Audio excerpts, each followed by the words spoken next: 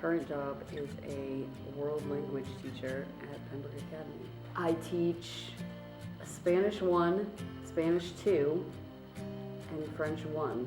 So sophomore year, I started taking French and Spanish at the same time. I got a grasp on everything really easily, and I would always be helping people with Spanish. And I found that I was good at it, and I really liked when I got to the point where I got them to understand what they were doing. I went to St. Anselm College. My bachelor's degree is in Spanish, and I had a minor in secondary education. Also, when I was in college, I studied abroad in Argentina, so I was taking classes all in Spanish in the country. So I got pretty fluent after I came back. I really had it. I graduated in May of 2015. I feel like you work so hard to get to that date, and then it just kind of happens and it's over, and it's kind of anticlimactic. After I graduated, it was kind of like, oh crap, like I really have to do this. I really have to apply for jobs. And for me, I guess I just needed a little push to kind of realize that I need to apply for jobs and I need to kind of get it going. After that, once I started applying to jobs, it wasn't that bad, and I kind of doubted myself when I started applying, but after I got that first call, I kind of just kept sending in applications and hoping for more interviews. The most important thing that prepared me for this job, I would say, is my experience at Bedford, even though it's not the same at all. Because student teaching is you're kind of in this little bubble, and you generally feel awkward when you're trying to do something for someone else and you can't really do it the way that you want to do it. The most important thing that I got out of it was kind of being more confident in myself, being in front of the classroom, especially with my language use.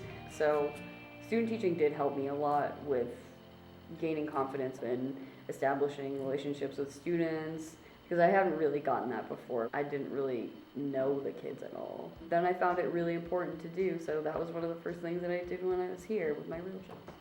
I think the best part of my job is not knowing what mood the kids are in and if they're gonna, finally get it, whatever we're going over. I have all the freshmen and sophomores. They need to be instructed a lot. They need a lot of directions, and they usually don't listen.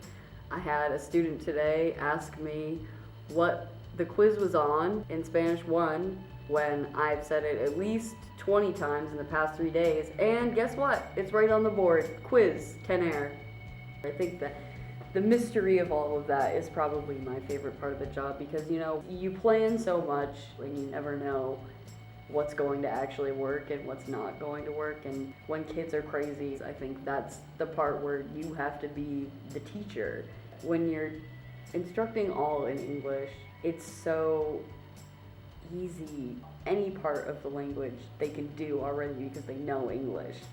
But with another language, you spend 15 years using one language, and then all of a sudden your mind has to adjust to a completely different system. You can't just instruct in English. It's not easy. And it's not a topic that a lot of kids find is important, because it's just a subject that is so different from all of the others that kids just have such a hard time accepting it and wanting to advance in it. So there are struggles. There are struggles trying to get the students motivated, and there are struggles just being a new teacher in a building where there are a lot of teachers who've been here for a long time. There's so many older teachers that are like, oh, she looks like she's 16 years old. Like, why would I take her seriously? But I take my job very seriously. You're kind of being thrown off a cliff. You know what you're doing, but you've never done it by yourself. So you kind of just have to take chances with stuff and figure out what works best for you. It's expected. It's always been expected of me to do well, so just happened. And that's what it was.